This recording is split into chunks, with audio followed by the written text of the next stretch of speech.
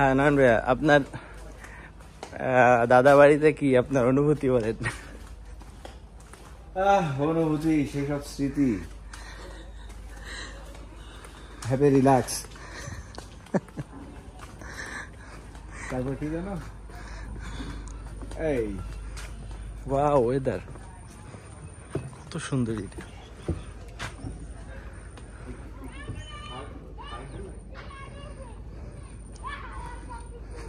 অনুভূতি হলো আগে ঢোকার সময় টিকিট কেটে ঢুকতে হতো, এখন আর টিকিট লাগছে না, এখন ফ্রি ঢুকছি আমরা। টিকিট লাগতেছে না কেন? কারণ লঞ্চেই চলে না। লঞ্চই করতে হবে না।